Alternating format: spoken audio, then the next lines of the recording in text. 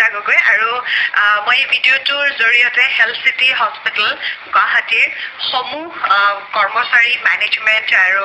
and doctors আটাইকে বহুত ধন্যবাদ জ্ঞাপন কৰিছোঁ কাৰণ আপোনালোকৰ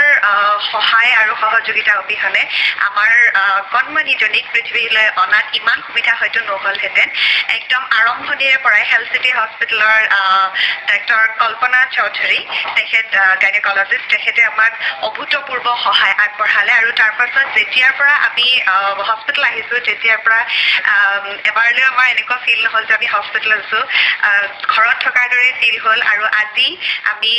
আপোনালোক আটাইৰে আশীৰ্বাদত হেল্থ চিটি হস্পিটেলৰ পৰা ঘৰলৈ যাবলৈ লৈছোঁ আমাৰ কণমানিজনীক লগত লৈ আশা কৰোঁ আটাইয়ে আমাক আশীৰ্বাদ কৰিব আৰু পুনৰবাৰ হেল্থ চিটি হস্পিটেল গুৱাহাটীৰ সমূহ কৰ্মচাৰী তথা মেনেজমেণ্ট এণ্ড ডক্টৰ্ছ আটাইলৈকে বহুত ধন্যবাদ জ্ঞাপন কৰিলোঁ